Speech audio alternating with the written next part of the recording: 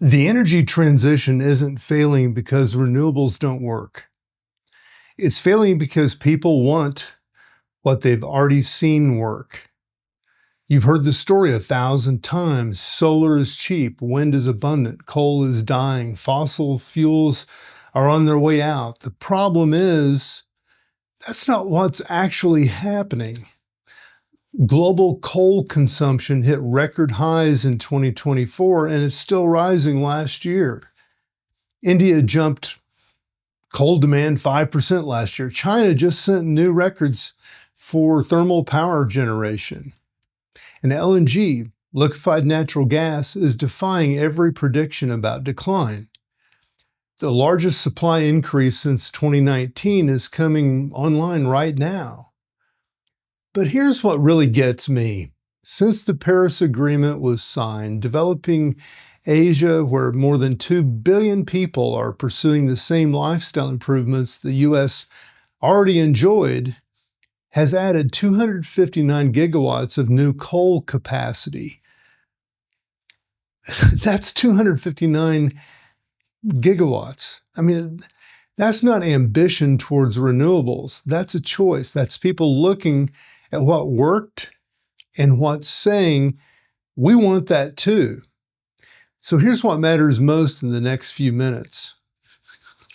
1, people and nations choose energy based on what's affordable now, not climate commitments signed at conferences. 2, the rules and complexity that slow everything down actually benefit the people making the rules. And 3, the rich just aren't unified for or against the transition. They're positioned to profit from whichever direction wins. I'm Mark Roach, 30 years as a petroleum engineer and deal maker, oil man, and this is FutureWise Energy. Independent. We don't predict the future.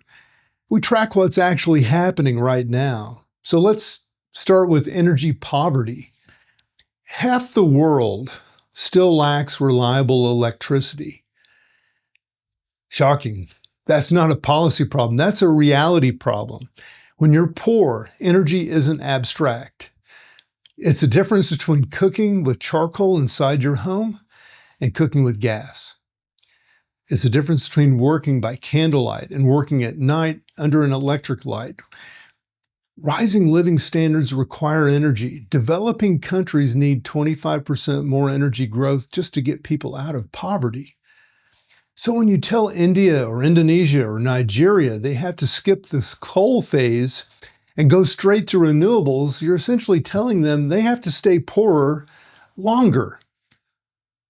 Is it any wonder that they're hedging their bets? India is deploying their solar and ramping coal simultaneously. China is deploying renewables at a scale, while continuing coal expansion.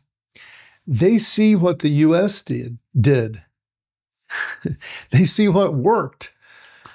And they see wealthy nations telling them that they can't do the same thing. That's not hypocrisy. That's just being honest. The IEA admitted this explicitly. They said global cooperation must bridge the North and South, or countries in the global South will become future polluters. Translation, you can't force poor nations to forego what rich nations, or how rich nations got rich. So now let's talk about who actually wins from the transition. Oil majors like ExxonMobil, BP, and Shell are investing in renewables and continuing fossil fuel expansion simultaneously. They're not leaving money on the table either way. Tech billionaires funding nuclear and grid modernization because they need cheap power for data centers.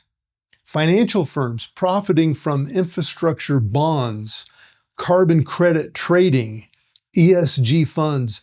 They don't care which energy source dominates. Fossil fuel investors extending coal plant retirements because suddenly coal became economically competitive again. Natural gas prices spiked. AI is driving grid demand up.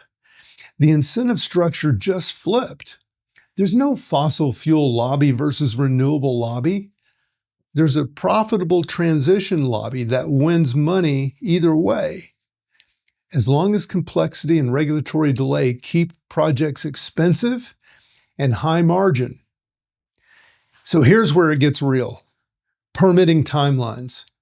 A solar farm in Nevada that could power 260 homes took years to get permitted.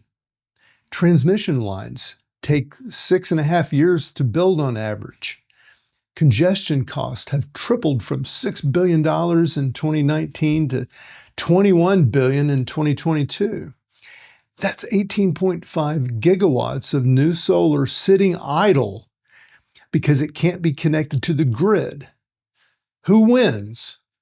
Lawyers, consultants, environmental firms, financial companies trading volatility, existing coal and gas operators with runway to keep operating while they wait for regulations. Who loses? Investors trying to deploy capital, ratepayers paying for congestion and inefficiency, developing nations blocked from cheap grid expansion, working class people paying higher electricity bills. This isn't a technical problem, it's a coordination problem. Every stakeholder is looking for an advantage. Environmental groups to get veto power through lawsuits. Rural communities fight transmission lines because they'll see the infrastructure but not the benefit. And somewhere in that complexity, actual progress gets trapped in permitting review cycles. Now, let me be honest about class. The U.S. built prosperity on personal vehicles. That's freedom. That's autonomy. That's what people saw and wanted. Mass transit works for dense urban cores with predictable schedules. That doesn't work for service workers, gig economy, rural areas, anyone needing portability and independence.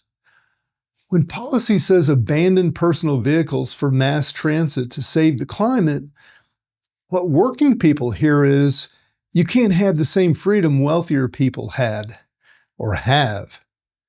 Wealthy people keep their vehicles. Some transition to expensive electric cars. Meanwhile, working communities are told to take the bus. This is why coal plant retirements are being delayed. Communities fought back. The jobs, the baseload power, the reliability matters more than abstract climate commitment from a distant capital. So what would actually change this? You'd need honest redistribution. Wealthy nations would need to massively subsidize energy transitions in developing countries. Current pledges are $300 billion, and the need is $1.3 trillion. You'd need regulatory simplification, shortening permitting to 12 to 18 months. You'd need carbon tariffs that make low carbon production cheaper globally, not just subsidies. You'd need class-conscious design, local energy infrastructure, job training guarantees, community ownership of renewable projects, electricity price freezes during transition.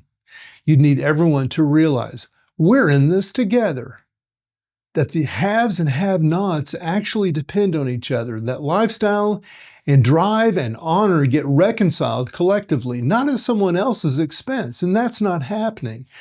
The transition is proceeding, but it's a captured transition, captured by the same interests that benefit from the fossil fuel era, and they'll profit from the renewable era too, at least through the 2040s, while both systems coexist.